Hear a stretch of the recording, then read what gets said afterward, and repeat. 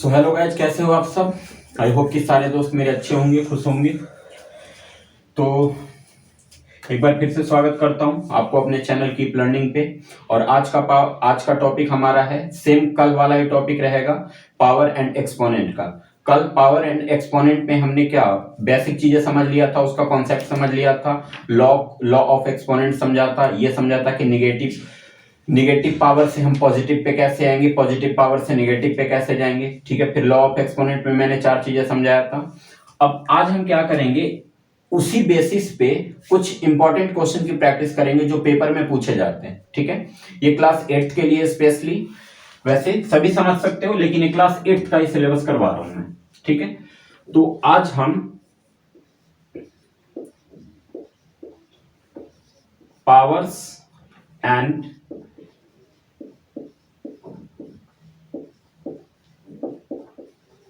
Exponents की practice करेंगे, question practice.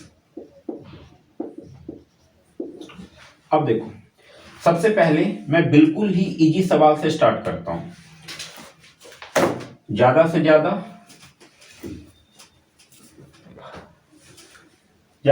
10 question लगेंगे। 10 क्वेश्चन में तुम्हारा पूरा टॉपिक कंप्लीट हो जाएगा। 10 क्वेश्चन ज्यादा वैसे। चलो, बिल्कुल जो लो लेवल का क्वेश्चन होगा, वैसे तो मैं कल भी समझाया था लास्ट में 1-2 क्वेश्चन, फिर आज कंप्लीट करवा देता हूं कि सबसे लो लेवल का क्वेश्चन जो आएगा, सबसे स्टार्टिंग पॉइंट जो होगा वो होगा तुम्हारे पावर को निगेटिव से पॉजिटिव करना या पावर को पॉजिटिव से निगेटिव करना। चलो, हमने 2 क्वेश्चन रखा। ठीक है, इसका पावर हमें निगेटिव दिख रहा है और इसका पावर हमें पॉजिटिव दिख रहा है। तो जो निगेटिव पावर है उसको पॉजिटिव में कन्वर्ट करना है और जो पॉजिटिव पावर है उसको निगेटिव में कन्वर्ट करना है। ठीक है, अब जब भी हम पावर को कन्वर्ट करते हैं तो पावर को हमें कुछ नहीं करना होता, पावर तो वैसे का सेम ही रहता है, उसके बेस को रेसिप्रोकल करते हैं। मतलब कि किसी भी संख्या के ऊपर हम पावर लगा रहे हैं तो जिस नंबर के ऊपर पावर है वो नंबर जो है मेरा बेस कहलाएगा, और ऊपर जो नंबर है वो तो पावर कहलाएगा। तो हमें जो भी कैलकुलेशन करना है यहाँ पे वो बेस में करना है। ठीक है, पावर पे कुछ नहीं करना है। ठीक, तो देखो, अब निगेटिव पावर से पॉजिटिव पावर लाने के लिए हम सीधे सीधे क्या करेंगे, जो मेरा बेस है उसको रेसिप्रोकल कर देंगे, यानी कि उल्टा कर देंगे। अब कोई भी नंबर को अगर मैं लिखता हूं तो इसके नीचे 1 लगा हुआ रहता है। ठीक है, तो अगर मैं इसको रेसिप्रोकल करूंगा तो 1 ऊपर चला जाएगा, 3 नीचे आ जाएगा, यानी कि इसकी वैल्यू हो जाएगी 1/3। और अब इसका पावर जो है वो पॉजिटिव का हो गया। क्लियर है, जैसे ही बेस को हमने रेसिप्रोकल किया तो हमारा पावर पॉजिटिव हो गया। अब इसको सोल्व कर लेते हैं कि कैसे सोल्व करना है। तो देखो, पूरे के ऊपर पावर है, ब्रैकेट के ऊपर पावर है, मतलब कि होल पावर कहलाता है, दोनों का पावर है। जब मैं इसको ओपन करूंगा तो ये दोनों का पावर होके निकलेगा बाहर। ठीक है, 1 का पावर 2, 3 का पावर 2। तो 1 का पावर 2 यानी कि 1 × 1 = 1, और 3 का पावर 2 यानी कि 3 × 3 = 9। तो इसका आंसर हो गया 1/9 पॉजिटिव पावर के साथ। अब यहां पे ध्यान दो, इसका पावर जो है वो पहले से ही पॉजिटिव है, लेकिन मैं चाहता हूं कि इसको निगेटिव में बनाऊं। तो मैं क्या करूंगा, कंडीशन बिल्कुल सेम है। मैंने क्या बोला, कंडीशन बिल्कुल सेम रहेगा, पावर को हमें कुछ नहीं करना, जो भी करना है बेस को करना है। तो फिर से वहां पे वही करूंगा, 3 के नीचे कुछ नहीं है तो मान लो कि 1 लगा हुआ है। अब इसको मैं अपोजिट करूंगा तो ये 1/3 हो जाएगा। पहले ये पावर पॉजिटिव था, जैसे ही बेस हमारा रेसिप्रोकल हुआ तो पावर अब नेगेटिव हो गया। क्लियर है, तो अब ये बन गया 1/3 का पावर -2। अब इसको अलग अलग ओपन करोगे, चूंकि पावर माइनस में है तो इसे सोल्व कर नहीं सकते हम, तो बस हम यहीं पे छोड़ देते हैं। मेरा इसमें समझाने का मकसद ये था कि तुम ये समझ लो कि निगेटिव से पॉजिटिव पे कैसे जाना है, पॉजिटिव से निगेटिव पे कैसे जाना है। बस ये पहला स्टेप है हमारा, सबसे लो लेवल का। अब इसके आगे चलते हैं कि इसके आगे कैसे कैसे क्वेश्चन आएंगे। अब जो आगे का तुम्हारा क्वेश्चन होगा वो लॉ ऑफ एक्सपोनेंट से आएगा। मतलब एक्सपोनेंट के जो रूल्स, मैंने 4 रूल्स लिखवाया था, उन चारों रूल्स से क्वेश्चन बाहर निकलेंगे। ठीक है, अब कैसे कैसे ये देख लो। सबसे पहले हम एक सिंपल सा क्वेश्चन रखते हैं, क्वेश्चन नंबर 2 कि -4 का पावर 5 डिवाइड बाई -4 का पावर 8। ठीक है, देखो यही हमारा क्वेश्चन है, -4 का पावर 5 डिवाइड बाई -4 का पावर 8। ठीक, अब इसको हमें सोल्व करना है। चलो, अब हम यहां पे लॉ ऑफ एक्सपोनेंट का यूज करेंगे, मतलब एक्सपोनेंट के जो भी नियम कानून मैंने बताए थे, अब हर नियम कानून को एक एक करके यहां पे पुट करके देखो, इमेजिनेशन करके देखो, सोच के देखो कि तुम्हारा कौन सा लॉ इस क्वेश्चन पे सटीक बैठेगा। ठीक है, क्योंकि पहले क्वेश्चन को देखने के बाद तुम्हें समझना है कि इस क्वेश्चन को मैं कौन से फॉर्मूले पे ले जाऊं ताकि हमारा आंसर फाइंड हो जाए। तो अब हम इसमें एक चीज देख रहे हैं कि बेस तो दोनों का सेम है, मेरा -4 यहां भी है, -4 यहां भी है, और इसके साथ साथ ये जो है डिवाइड के फॉर्म में। मैंने कल बताया था कि जब बेस सेम हो, डिवाइड में हो, तो पावर माइनस कर देते हैं। ठीक है, तो मतलब कि बेस को मैं एक बार लिख लूंगा -4 को, और फिर इसको ब्रैकेट में डाल दिया, और इसके जो भी पावर हैं उसको मैं माइनस कर दूंगा। जब डिवाइड में रहता है तो पावर माइनस हो जाता है। तो अब देखो, बेस तो वही रहेगा -4 ही, और 5 में से 8 हम माइनस कर नहीं सकते, तो 8 में से 5 माइनस करेंगे 3 आएगा। बड़ी संख्या के पहले माइनस का साइन है, तो यहां पे साइन हो जाएगा माइनस का, यानी कि यहां पे अब हम देख रहे हैं कि हमारा जो पावर आया वो निगेटिव का आया।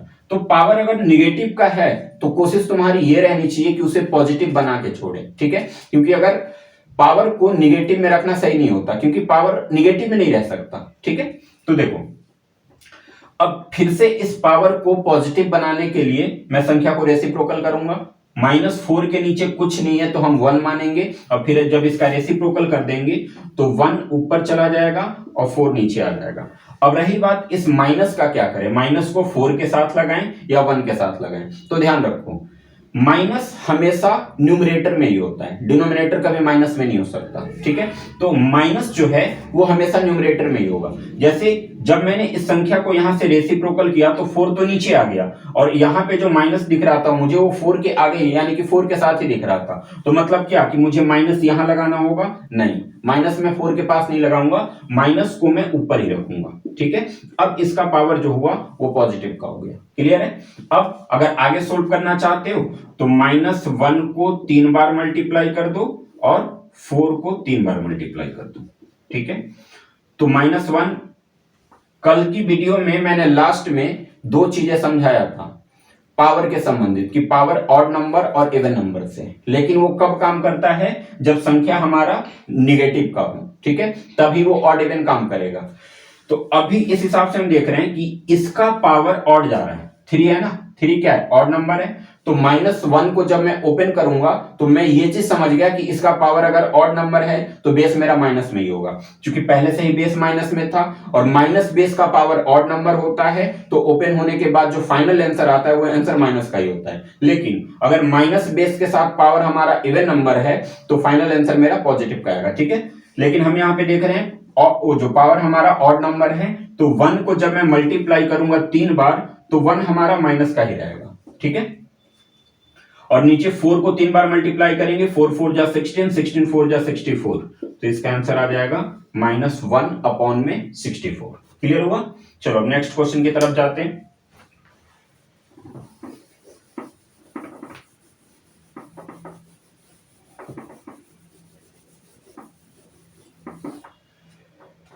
Question number 3।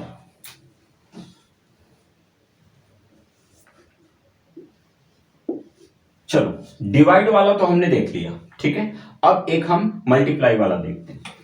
सपोज कि -1/2 का पावर 3 इंटू -1/2 का पावर 4। ठीक है, अब देखो, जैसे ही पावर एंड एक्सपोनेंट से क्वेश्चन आ जाए, सबसे पहले तुम्हें 2 चीज देखना है। पहले बेस मिलाओ कि क्या दोनों बेस हमारा इक्वल है। अगर बेस दोनों सेम है तब साइन पे जाओ। ठीक है, अब साइन देखो कि मल्टीप्लाई में है या डिवाइड में है, क्योंकि मल्टीप्लाई और डिवाइड से ही ये दोनों अलग अलग होते हैं। मल्टीप्लाई में पावर ऐड हो जाएगा, डिवाइड में पावर माइनस हो जाएगा। हमने यहां पे इस क्वेश्चन में एक नोटिस किया कि इन दोनों का बेस जो है वो बिल्कुल इक्वल है, -1/2 और -1/2। चलो बेस तो इक्वल हो गया, अब मेरा काम है साइन देखना। मैं बीच में साइन देखा तो ये मल्टीप्लाई का था। ठीक है, तो अब मैं क्या करूं, अब मैं समझ गया कि बेस सेम है, मल्टीप्लाई में है, तो मैं ये चीज समझ गया कि पावर मेरा ऐड होगा। तो -1/2 पहले मैंने बेस को एक बार लिख दिया और फिर इसके पावर को मैंने ऐड कर दिया 3 + 4, तो ये हो गया -1/2 का पावर 7। क्लियर है? अब इसको ओपन कर सकते हो तो -1 को 7 बार मल्टीप्लाई करना पड़ेगा, फिर 2 को 7 बार मल्टीप्लाई करना पड़ेगा, इसका फाइनल आंसर आ जाएगा। तो जब पावर बड़ी संख्या में हो ना, जैसे देखो मान के चलो कि 4 तक अगर पावर है 4 तक, तो तुम इसको ओपन कर देना, कोई दिक्कत नहीं है। लेकिन 4 से अगर पावर आगे बढ़ गया तो फिर ओपन करने का कोई मतलब नहीं है, क्योंकि टाइम ज्यादा लग जाएगा। ठीक है, तो हम वहीं पे छोड़ देंगे। क्लियर है? ये था हमारा दूसरे टाइप का क्वेश्चन कि बेस सेम बेस के साथ मल्टीप्लाई में हो तो क्या करते हैं।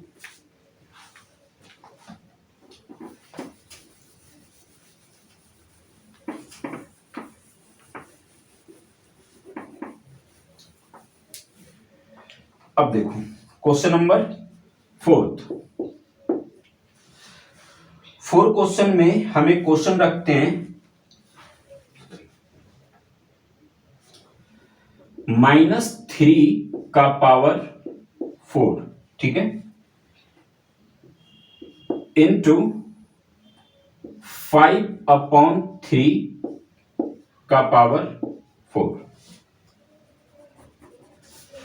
पिछले रूल में मैंने एक रूल और तुम्हें समझाया था, अभी जो दोनों रूल किया वो सेम बेस वाला किया, सेम बेस। ठीक है, लेकिन ये क्वेश्चन में हम ये देख रहे हैं कि इसका बेस अलग अलग है और पावर सेम है।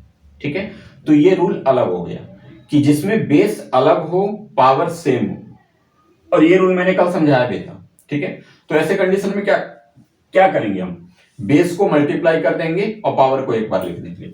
तो जो भी मेरा बेस है पहले उस बेस को मैं मल्टीप्लाई करूंगा, यानी कि -3 इंटू 5/3, और फिर इस पूरे का पावर में लिख दूंगा 4। ये अलग बेस वाले का रूल है कि जब भी बेस अलग अलग हो जाए पावर सेम। देखो अगर बेस सेम है तो पावर अलग होगा, अगर पावर सेम है तो बेस अलग होगा, और अगर दोनों चीज अलग अलग है यानी कि बेस भी अलग है पावर भी अलग है, तो अब यहां पे समझ लो कि तुम्हारा कोई नियम कानून यहां पे काम नहीं आएगा। अब तुम्हें कैलकुलेशन करना है। कैलकुलेशन करने का मतलब कि इसको ओपन करके कैंसिल करके कैसे भी करके कैलकुलेशन करेंगे। ठीक है, तो इस वाले रूल में जिसमें बेस अलग था पावर सेम था, तो ऐसे कंडीशन में बेस को हम मल्टीप्लाई कर देते हैं, पावर को एक बार लिख देते हैं। देखो बेस को हमने मल्टीप्लाई कर दिया तो 3 से 3 1 बार में कट गया। ठीक है, और फिर 5 को -1 से मल्टीप्लाई किया तो कितना हो गया, -5 हो गया, और फिर -5 का पावर 4। अब इसको अगर ओपन करना चाहते हो, चूंकि पावर मेरा इवन नंबर दिख रहा है, बेस निगेटिव में है और इसके साथ पावर मेरा इवन नंबर दिख रहा है, तो एक चीज तो कंफर्म है कि जो मेरा आंसर आएगा वो पॉजिटिव का आएगा। ठीक है, इवन नंबर पावर में पॉजिटिव आंसर आता है और ऑड नंबर पावर में नेगेटिव आंसर आता है। इसके लिए ये जरूरी होना चाहिए कि तुम्हारा बेस निगेटिव हो। अगर पॉजिटिव है फिर तो कोई दिक्कत ही नहीं है, दोनों कंडीशन में पॉजिटिव आंसर ही आएगा। ठीक है, तो देखो अब इतना तो कंफर्म है कि वो आंसर मेरा पॉजिटिव का आएगा, लेकिन 5 को मैं 4 बार मल्टीप्लाई करूंगा। 5 5 जा 25, 25 5 जा 125, और 125 5 जा 625, यानी कि इसका आंसर आ गया 625 पॉजिटिव का। ठीक है, ये था क्वेश्चन नंबर 4। अब आगे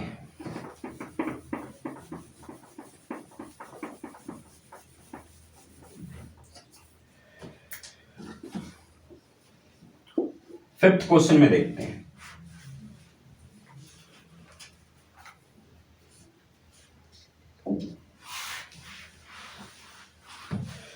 चलो देखो एक क्वेश्चन में लेता हूं 3 का पावर 0 प्लस 4 का पावर -1, ये ब्रैकेट में, और इनटू 2 का पावर 3। अब समझ लो इसमें अब एक चीज तुम्हें अलग दिखाई दे रहा है, मैंने इससे पहले बताया भी नहीं था कल, कि जब भी किसी संख्या का पावर 0 हो, ठीक है ध्यान से समझना, कि जब भी किसी नंबर का पावर 0 हो तो उसका आंसर 1 होता है। याद करना है कि किसी भी संख्या का पावर अगर 0 हो तो उसका आंसर 1 हो जाएगा। चाहे वो 1 लाख का पावर 0 हो, या 3 करोड़ का पावर 0 हो, या 5,000 का पावर 0 हो, या 10 का पावर 0 हो, या 11 का पावर 0 हो, मतलब कोई भी संख्या हो, किसी भी संख्या का पावर अगर 0 हो जाए तो उसका आंसर 1 हो जाता है। तो इस हिसाब से 3 का पावर 0 दिख रहा है मुझे, तो इसका आंसर 1 होगा। क्लियर है? फिर प्लस, अब ये 4 जो है, 4 का पावर 1 है। देखो 1 पावर अगर हो तो वो कोई काम का नहीं है, क्योंकि अगर मैं 4 का पावर 1 लिखता हूं तो मतलब क्या कि 4 को मुझे एक ही बार तो लिखना होगा ना। अगर यहां पे पावर 2 हो जाएगा तो 4 को चलो 2 बार मल्टीप्लाई कर दूंगा, लेकिन अगर मेरा पावर 1 है तो इसका मतलब 4 को 1 बार लिखना है। ठीक है, तो बस यहां पे ध्यान ये रखना है कि ये पावर मुझे निगेटिव का दिख रहा है, तो पहला काम कि इसको पॉजिटिव बनाओ, संख्या को रेसिप्रोकल कर दो, तो 1/4। अब इसका पावर मैं 1 लिखूं या ना लिखूं बात बराबर है, ये ब्रैकेट में आ गया, और फिर इंटू 2 का पावर 3। अब इसको सोल्व करो। 1 के नीचे कुछ नहीं है, 1 मान लेंगे, 1 4 का एलसीएम 4 हो जाएगा। ठीक है, 1 से 4 को डिवाइड करेंगे 4, और 4 को 1 से मल्टीप्लाई करेंगे 4, प्लस 4 से 4 को डिवाइड किया 1, 1 को 1 से मल्टीप्लाई किया 1, और फिर इधर से इनटू में आ गया 2 का पावर 3। तो 4 प्लस 1 5/4 इंटू, अब यहां पे देखो 2 का पावर 3 चल रहा है, 2 का पावर 3 का मतलब क्या, 2 इंटू 2 इंटू 2, तो 2 2 जा 4, 4 2 जा 8, 2 का पावर 3 यानी कि 8, और 4 से 8 2 बार में कैंसिल हो जाएगा, 5 को 2 से मल्टीप्लाई कर देंगे, इसका आंसर हो जाएगा 10। ये सवाल था। चलो अब नेक्स्ट क्वेश्चन देखते हैं। अब थोड़ा सा क्वेश्चन की कैपेसिटी बढ़ाता हूं मैं। ये तो बहुत इजी क्वेश्चन थे, पावर एंड एक्सपोनेंट में इतना इजी क्वेश्चन नहीं पूछेगा तुमसे। क्वेश्चन ऐसा रहेगा कि जिसमें थोड़ा सा माइंड लगाने की हमें जरूरत पड़े। ठीक है, तो चलो अब एक क्वेश्चन देखते हैं।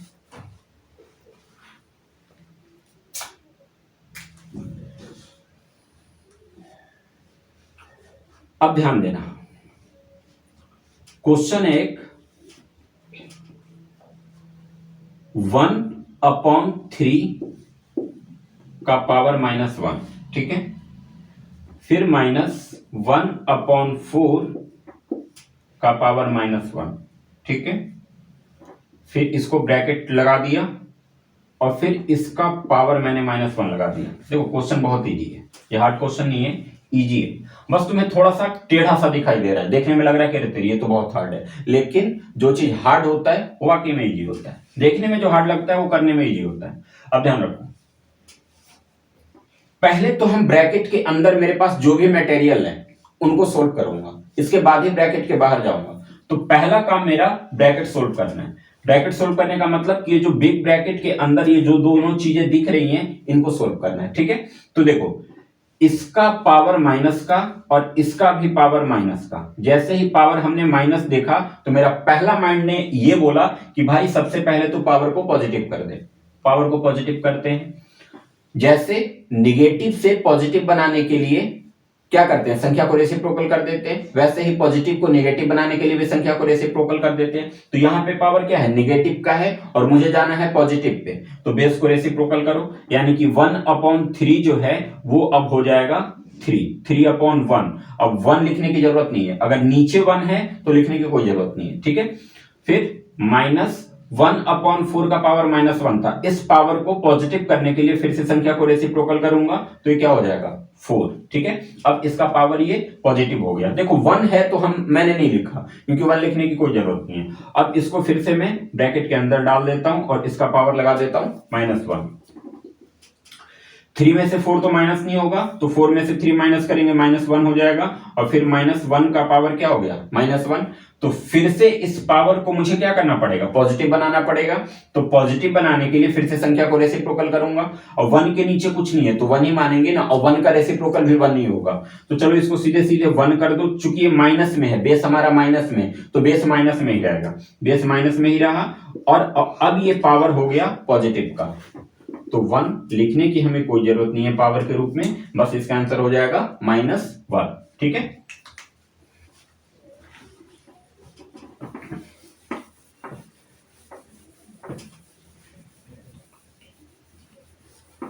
ये सारे एनसीईआरटी के क्वेश्चन है, ध्यान रखना।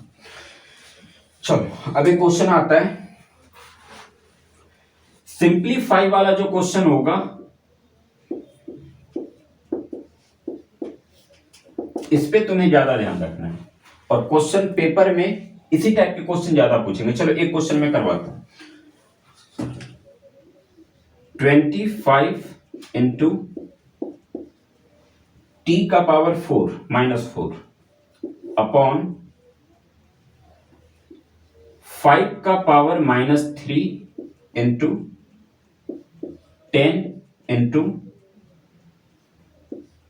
टी का पावर -8। यह है क्वेश्चन, ठीक है।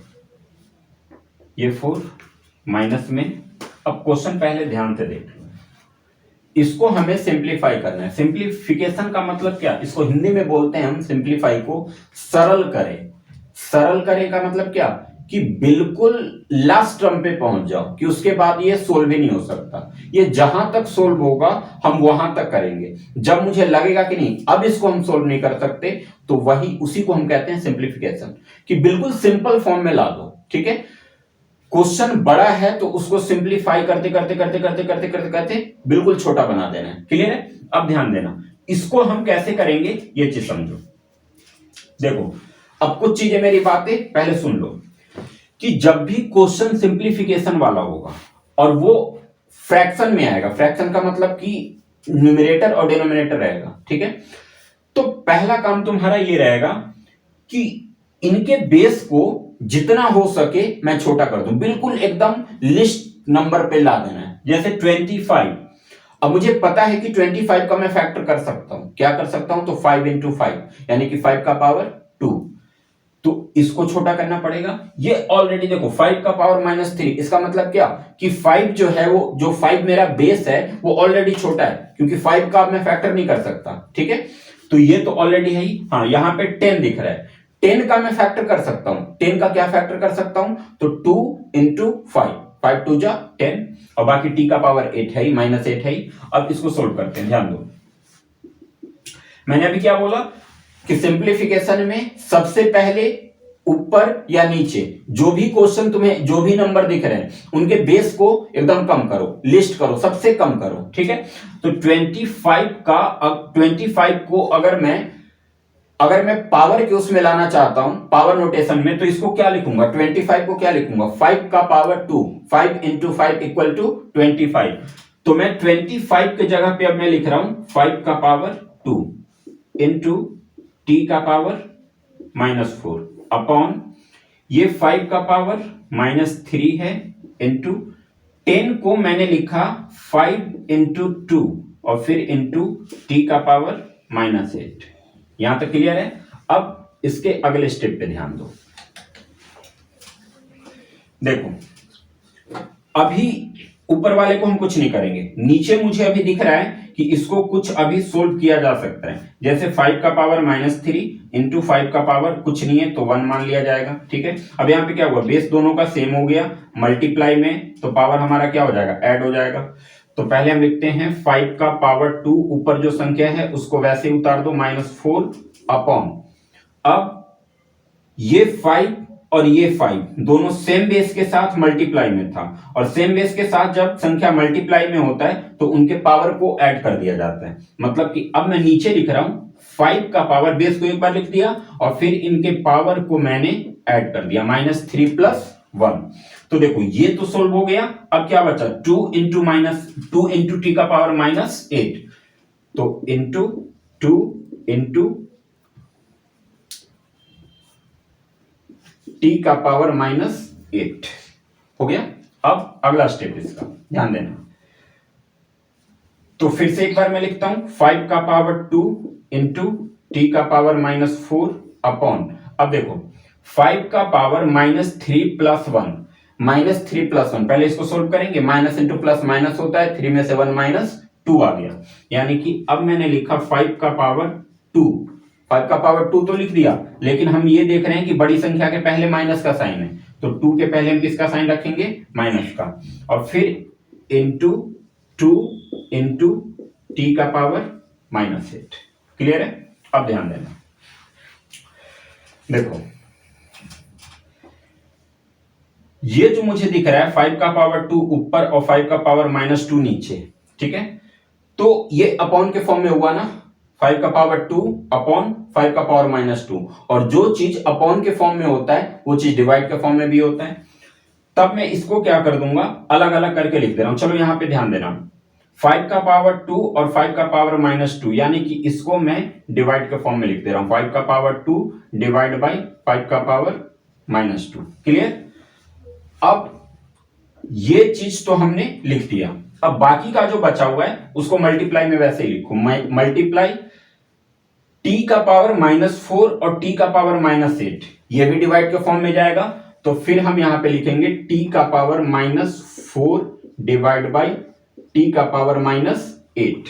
क्लियर है? अब बाकी का क्या बचा हुआ है, 2, तो 2 तो नीचे बचा हुआ है ना, तो इस पे अपॉन लगाया और यहां पे लिख दिया 2। ठीक है, अब इसको सोल्व करना है, तो यहां पे ध्यान दो, बेस सेम है, डिवाइड में है, तो पावर क्या हो जाएगा, माइनस हो जाएगा। तो चलो मैं इधर से मिटा रहा हूं मैं।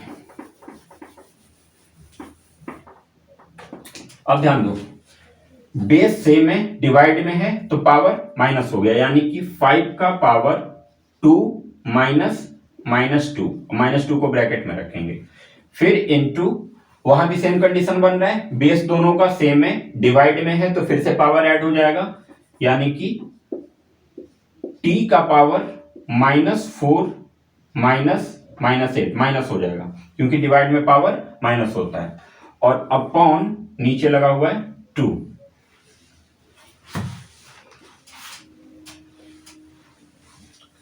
ठीक है, तो ये हो गया 5 का पावर 2 माइनस इंटू माइनस +2, और फिर इंटू t का पावर -4 और फिर माइनस इंटू माइनस +8 अपॉन 2। फिर से ध्यान देते हैं, ये हो गया 5 का पावर 2 + 2 4 इंटू t का पावर -4 + 8 प्लस माइनस माइनस, 8 में से 4 माइनस किया तो 4 बचा, बड़ी संख्या के पहले प्लस का साइन है तो प्लस का रहेगा, और अपॉन में हो जाएगा 2। 5 का पावर 4 यानी कि कितना, 625, तो इसका आंसर हो जाएगा 625, और बाकी t का पावर 4 बचा हुआ है, t का पावर 4 अपॉन में 2, ये हमारा फाइनल आंसर होगा, 625 इंटू टी का पावर 4 अपॉन 2। ये था सिंप्लीफिकेशन, ये समझ, ये कह सकते हो कि ये सबसे हाईएस्ट लेवल का सिंप्लीफिकेशन है। ठीक है, ये हाई लेवल का है, और ऐसे ही क्वेश्चन तुम्हारे पेपर में पूछते हैं। ठीक है, इजी क्वेश्चन ही पूछेंगे, कि जैसे मैंने समझा दिया तो इजी क्वेश्चन नहीं आएगा पेपर में, ध्यान रखना, पेपर में ऐसे क्वेश्चन आएगा जिसमें थोड़ा सा माइंड लगाने की जरूरत पड़ेगी, तुम्हें अपना खुद का माइंड लगाना पड़ेगा, ये नहीं कि जो टीचर समझाया है बस उसको समझ के हम उतार के आ जाएंगे, नहीं, मैथ ऐसे नहीं बनता भाई। जितना मैं समझा रहा हूं उतना तो तुम्हें समझना ही समझना है, बट उसके ऊपर तुम्हें खुद से भी मेहनत करना है, अगर लेवल आगे बढ़ाना चाहते हो तो, नहीं तो इतना काफी है। अगर चाहते हो कि बस इतना ही हमारे लिए सही है तो बस यही करते रहो, पेपर में अच्छे नंबर तो जरूर आ जाएंगे, लेकिन वो चीज नहीं, क्वालिटी नहीं आएगी जो मैथ में चाहिए। ठीक है, चलो, ये था सिंप्लीफिकेशन का मतलब, इस लेवल का एक सिंप्लीफिकेशन आता है जो कि इसका सॉल्यूशन ऐसे बनता है। अब एक सिंप्लीफाई और करवा रहा हूं, इसमें एक सिंप्लीफाई और है, 3 का पावर -5 इंटू 10 का पावर -5 इंटू 125 और अपॉन 5 का पावर -7 इंटू 6 का पावर -5। अब ध्यान से समझो, ये भी क्या है, सिंप्लीफाई है, इसको भी हमें सिंप्लीफिकेशन ही करना है। तो देखो, पिछले क्वेश्चन मैंने क्या बताया था कि सिंप्लीफाई वाले क्वेश्चन जब भी इस फॉर्म में आ जाए, मतलब थोड़ा सा क्वेश्चन लेंदी देखने में लगे, सबसे पहला काम होगा तुम्हारे सबसे इसका तुम्हारा सबसे पहला काम है कि इसके बेस को जितना हो सके छोटे फॉर्म में करो, ठीक है, तभी ये फॉर्मूले के अकॉर्डिंग बनेगा। 3 को मैं शॉर्ट फॉर्म में नहीं कर सकता क्योंकि 3 ऑलरेडी एकदम सिंपलेस्ट फॉर्म में ही है, ठीक है। हाँ, 10 को मैं सिंपलेस्ट फॉर्म में कर सकता हूं, अगर 10 का मैं फैक्टर करूं तो 2 into 5 में जाएगा, ठीक है। उसी तरीके से 125 को भी सिंपलेस्ट फॉर्म में किया जा सकता है, 5 को सिंपलेस्ट फॉर्म में नहीं किया जा सकता, लेकिन 6 को सिंपलेस्ट फॉर्म में किया जा सकता है 2 into 3 में। तो जो मुझे लग रहा है कि हाँ इनको मैं सिंपलेस्ट फॉर्म में ला सकता हूं, तो पहला काम होगा मेरा, सबसे पहले इनको सिंपलेस्ट फॉर्म में कर दो, ठीक है। अब ध्यान देते हैं शुरू से, इसको हमें सेम उतारना पड़ेगा क्योंकि इसके साथ हम अभी कुछ नहीं कर सकते। इनटू 10, अच्छा एक चीज समझना, 10 का पावर -5 था, मैंने इसको लिखा 10 का फैक्टर मैंने किया तो क्या 2 into 5 में गया ये, तो मैंने लिखा 2 का पावर -5 into 5 का पावर -5। अब इसे समझ लो मैंने क्यों लिखा। एक क्वेश्चन में समझाया था कि जब बेस अलग हो पावर सेम हो तो बेस को मल्टीप्लाई करके पावर को एक बार लिख दिया जाता है, ठीक है। अब जब 10 का पावर -5 था, जब मैंने 10 का फैक्टर किया तो 2 into 5 में गया, मतलब कि ये जो -5 पावर चल रहा है ये दोनों पे चलेगा, ठीक है, 2 पे भी चलेगा और 5 पे भी चलेगा। अब देखो कंडीशन क्या बना कि दोनों का बेस अलग अलग हो गया लेकिन पावर सेम हो गया, तो फिर से अगर मैं वापस करना चाहूं तो 5 को 2 से मल्टीप्लाई कर दूंगा, 10 आ जाएगा और पावर को एक बार लिख दूंगा। क्लियर है? तो बस इसका फॉर्मूला यही है। जैसे 10 का पावर -5 था तो 10 के पावर -5 को 10 का फैक्टर 2 into 5 हुआ, तो 10 के जगह पे मैंने लिखा 2 into 5, ठीक है। और इस ये जो -5 पावर दिख रहा है ये दोनों पे लगा देंगे, यानी कि 2 पे भी पावर जाएगा ये और 5 पे भी पावर जाएगा। क्लियर हुआ? इनटू अब आगे क्या है 125। अब ध्यान दो कि 125 को अगर मैं लोएस्ट टर्म में करना चाहूं तो कौन सा बेस क्या रखूंगा, क्योंकि इसके लास्ट में 5 है तो 5 वाली संख्या 5 से ही कटती है। तो अगर मैं 125 का एलसीएम निकालूं तो 5 into 5 into 5, 5 5 जा 25, 25 5 जा 125, तो 125 को मैं क्या लिखूंगा 5 का पावर 3। क्लियर हुआ? अब देखो ऊपर वाले को हमने लोएस्ट टर्म में कर दिया, अब नीचे वाले को हमें लोएस्ट टर्म में करना है जो हो सकता है। जैसे ये नहीं हो सकता तो इसको मैंने वैसे ही उतार दिया, इनटू ये हो सकता है 6 का मैं फैक्टर निकाल सकता हूं 2 into 3 में, तो जैसे ही 6 का फैक्टर 2 into 3 में गया यानी कि 2 into 3 और इसके ऊपर पावर क्या लगा हुआ था -5, तो दोनों पे हम -5 पावर लगा देंगे, यानी कि 2 का भी पावर -5 हो जाएगा और 3 का भी पावर -5 हो जाएगा। अब इस हिसाब से हर टर्म को मैंने बिल्कुल सिंपलेस्ट फॉर्म में कर दिया। अब ध्यान दो कि क्या कोई कैंसिल हो सकता है या कैंसिल होने वाला है, तो अब देखते हैं। सबसे पहले जो बेस मिल रहा है उसको हम मल्टीप्लाई कर देते हैं, जैसे कि 3 का पावर -5 ये वैसे उतारेंगे, इनटू 2 का पावर -5 ये भी ऐसे उतारेंगे। अब यहां पे देख रहे हैं कि इन दोनों का बेस मिल गया 5 और 5, और साइन किसका है मल्टीप्लाई का, तो पावर क्या हो जाएगा ऐड हो जाएगा। सेम बेस के साथ साइन मल्टीप्लाई का होता है तो पावर ऐड कर देते हैं, तो फिर इनटू 5 का पावर -5 + 3 अपॉन ये हो गया 5 का पावर -7 इनटू 2 का पावर -5 इनटू 3 का पावर -5। ठीक है, अब एक चीज देखो, यहां भी 3 का पावर -5 है और यहां भी 3 का पावर -5 है, यानी कि इससे इसको मैं क्या कर दूंगा कैंसिल कर दूंगा। ठीक है, अब देख रहे हैं कि 2 का पावर -5 और 2 का पावर -5, तो इससे ये कैंसिल हो जाएगा। ठीक है, अब क्या बचा, तो ऊपर की तरफ एक ये बचा हुआ है और नीचे की तरफ एक ये बचा हुआ है, यानी कि दोनों का बेस 5 ही है, तो मतलब कि हमें फॉर्मूला मिल जाएगा। तो अब पहले इसको सोल्व कर दो, यानी कि 5 का पावर -5 में से 3 -5 और +3 plus minus minus plus minus minus, तो 5 में से 3 माइनस करेंगे 2, बड़ी संख्या के पहले माइनस का साइन है तो यहां पे माइनस, और अपॉन यहां से आ गया 5 का पावर -7।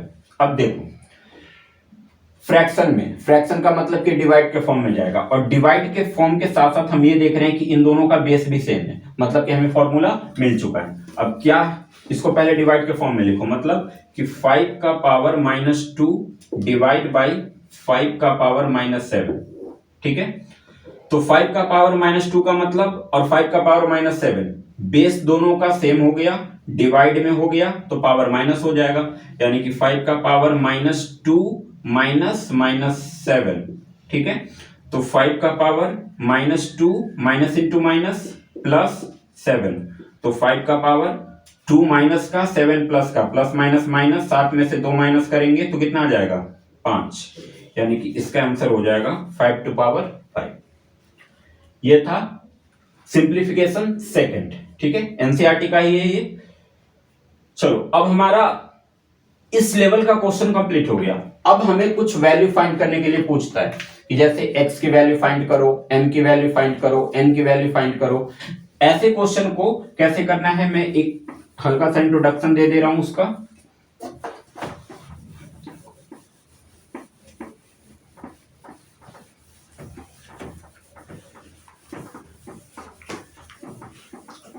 देखो एक क्वेश्चन रखते हैं पहले हम,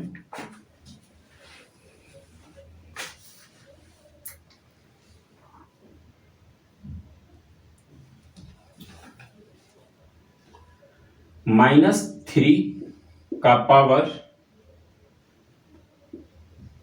m+1 इंटू -3 का पावर 5 इक्वल टू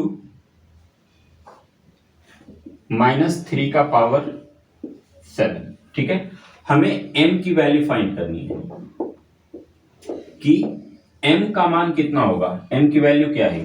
चलो अब इन क्वेश्चन को समझ लो।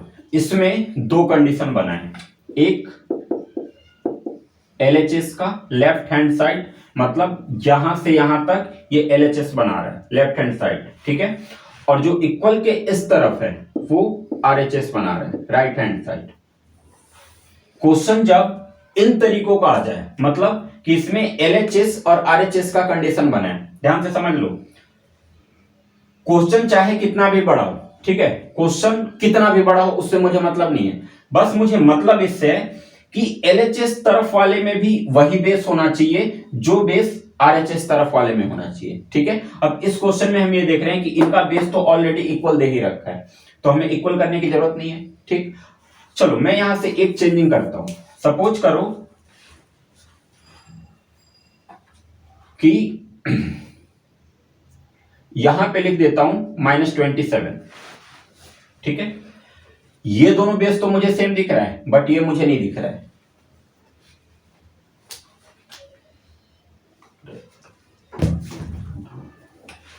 ध्यान देना, इसका पावर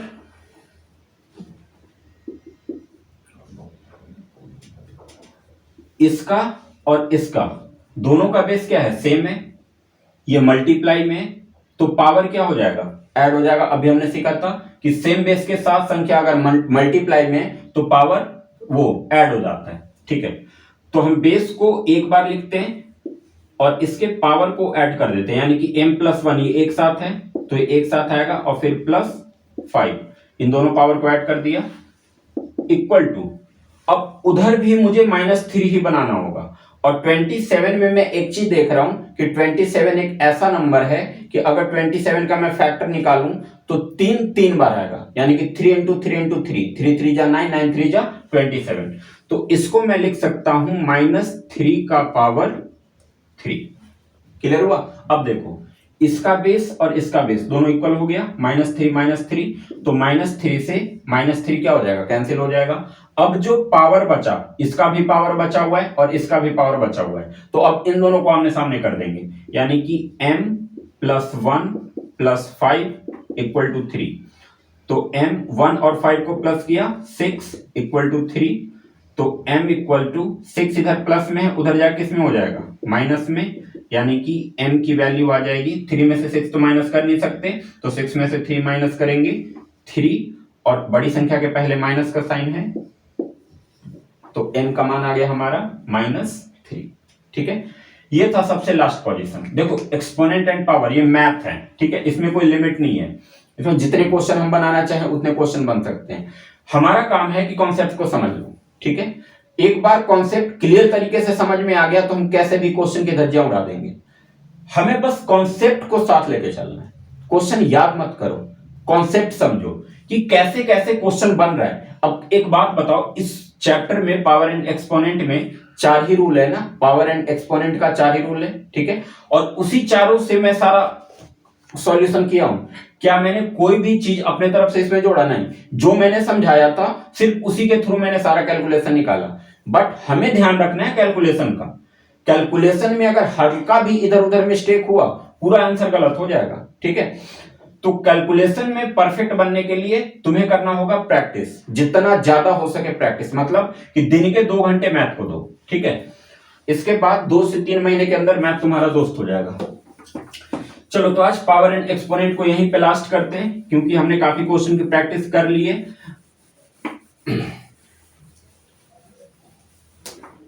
अब इससे बाहर क्वेश्चन तो आई होप कि नहीं पूछेगा, लेकिन अगर पूछता है तो बेसिक सेम रहेगा, कॉन्सेप्ट सेम रहेगा। बस तुम्हें मिलाना है, बेस को मिला के फॉर्मूले पे लाना है। डिवाइड में है तो माइनस होगा, मल्टीप्लाई में है तो प्लस होगा। दोनों का बेस अलग हो, पावर सेम हो तो बेस को मल्टीप्लाई करके पावर को एक बार लिख दो। जब पावर के ऊपर पावर हो तो दोनों पावर को मल्टीप्लाई कर दो। यही 3-4 चीजें हैं। यही 3-4 चीज को ध्यान में रख के और पावर एंड एक्सपोनेंट के सारे सवाल सोल्व हो जाएंगे, ठीक है। तो मिलते हैं फिर अगले वीडियो में। और बाकी आज अगर कोई भी ऐसा स्टेप या कोई भी क्वेश्चन में कहीं पे भी हल्का भी दिक्कत हो या प्रॉब्लम आई हो, डाउट हो, तो कमेंट में बिल्कुल कर देना कि हाँ सर यहाँ पे ये डाउट है, मैं अगले वीडियो में उसको कवर कर दूंगा, ठीक है। चैनल को सब्सक्राइब करना बिल्कुल मत भूलो, लाइक जरूर करो, कमेंट जरूर करो। अगर वीडियो देख रहे हो तो अपना वो चीज जरूर दो मुझे, ताकि मुझे पता चले कि हाँ आपको समझ में आ रहा है कि नहीं। क्योंकि आपकी जो थिंकिंग जब तक आप बताओगे नहीं, तब तक फिर मैं, अगर सपोज कि इस बेसिक से तुम्हें समझ में नहीं आ रहा तो तुम मुझे बताओ, मैं अपना तरीका चेंज करूंगा। कमेंट जरूर करना है, ठीक है। और वीडियो को जितना ज्यादा हो सके शेयर करो, ताकि और भी लोग इसको देखें, समझे। बहुत अच्छे तरीके से कॉन्सेप्ट में बहुत क्लियर तरीके से समझाने की कोशिश कर रहा हूं कि बार बार मैं एक ही चीज कह रहा हूं, कॉन्सेप्ट समझो, क्वेश्चन याद मत करो, कॉन्सेप्ट समझो, हर क्वेश्चन बन जाएगा, ठीक है। चलो, मिलते हैं फिर नेक्स्ट वीडियो में। कोई इंटरेस्टिंग टॉपिक लेके आऊंगा मैं। तब तक के लिए बाय बाय।